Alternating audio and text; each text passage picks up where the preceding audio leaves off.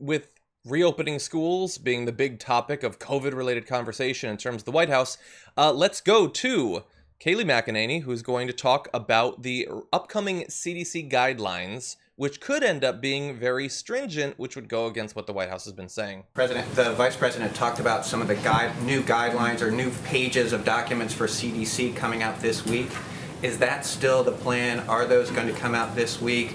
Is there any chance that this is being rethought at this time?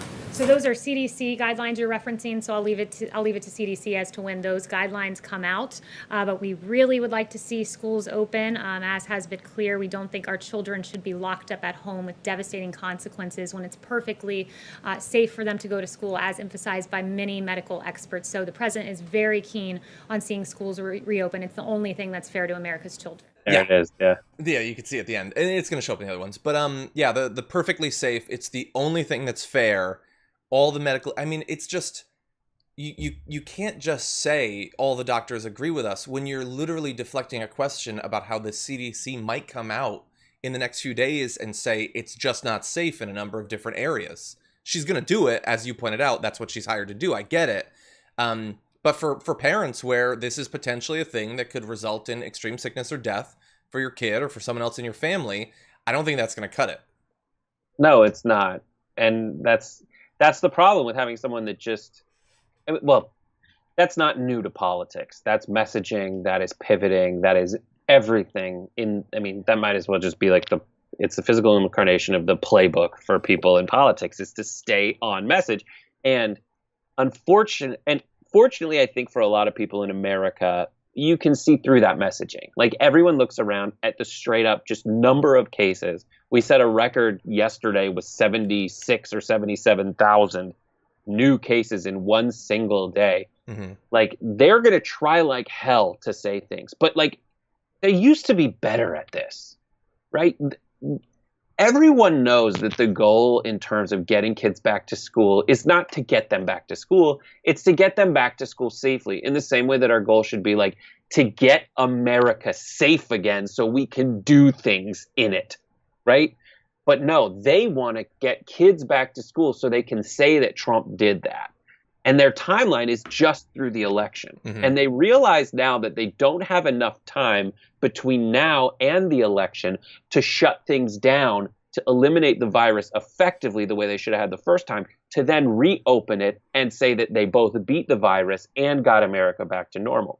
So what they want to do is get as many things back to normal as necessary. Seemingly, except for actually getting rid of this virus. Mm. And then you end up with these ridiculous talking points like, it is important to get kids back to school, completely ignoring the safely part. Which is very much like the Betsy DeVos. Just, let's just pretend as if it's not a concern. And you're right, maybe you don't have time to do both of those things. But I would run on, it's day 1 of November, and we're down to almost no cases because we locked down for a few months. Like, that's something that you could run on. But anyway, there was a follow-up question about the schools, and again, going to the point of whether it actually makes sense for her in terms of her ability to articulate a complicated message, whether it makes sense for her to be in that position, that's going to come up in a weird little slip-up that she has in this video. With school districts, but we're seeing more school districts, at least in Virginia, for example, last night, deciding to go online only. What does the president say to parents out there who are now going, okay, what do I do with my kids? Yeah, the president has said unmistakably that he wants schools to open, and I was just in the Oval talking to him about that. And when he says open, he means open and full, kids being able to attend each and every day at their school. The science should not stand in the way of this. And as Dr. Scott Atlas said, I thought this was a good quote. Of course we can do it. Everyone else in the Western world, our peer nations, are doing it. We are the outlier here. The science is very clear on this.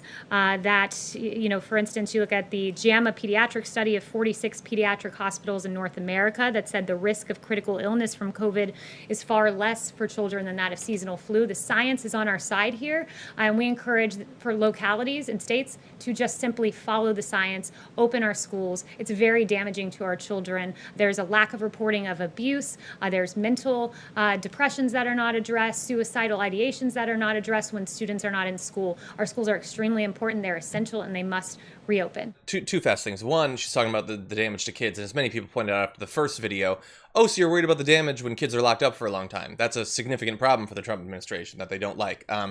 Little bit of weird blindness there. But a lot of people are focusing on that in that clip on, we're not going to let the science stand in our way. Whereas I think we're the outlier here is really the important sentence, because we are the outlier. You keep comparing us to these other countries and their strategies for reopening for schools. They don't have anywhere near the coronavirus infection rate that we do. We're an outlier in how much disease we have floating around. That's what we think needs to be factored in when deciding whether kids should go back to school. Absolutely. Like, and she's both said, we should not let the science stand in the way, and we need to rely on the science. None of what she said is accurate. None of it holds together at all. Like, we are an outlier because, well, the other countries are at school because the other countries have lower infection rates, right? Yeah.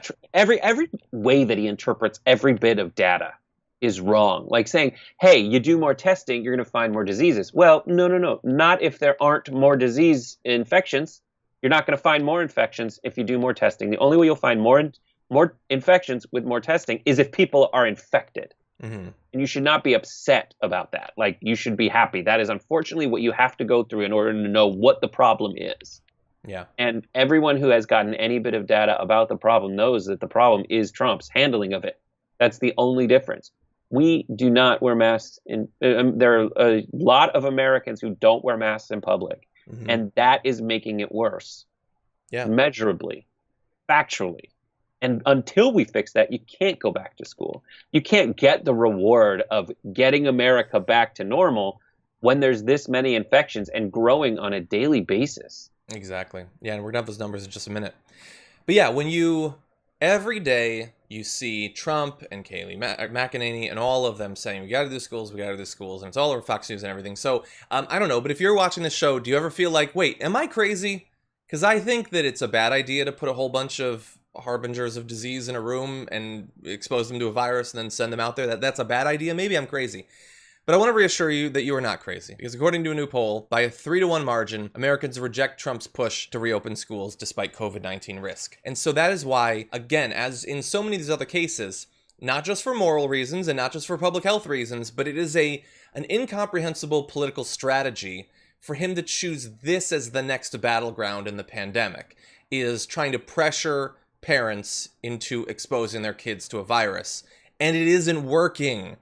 Like, on top of the pile of bodies and on top of you not seeming to care and the UV lights and the bleach and all that stuff, parents are defensive about their kids dying. Historically, it's one of the biggest things about being a parent.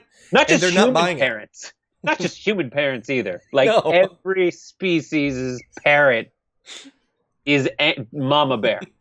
Your bear has to go back to school and get the mumps. Rawr. That's what's going to happen. It's just such a stupid strategy.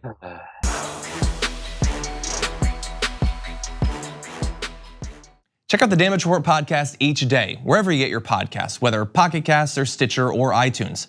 You can join me as I give you the news and stories you want, with a range of co-hosts and interview guests jumping in on the fun each day. Again, that's the Damage Report, wherever you get your podcasts. And if you get them at iTunes, don't forget to rate and review. Sometimes I'll read them live on the show.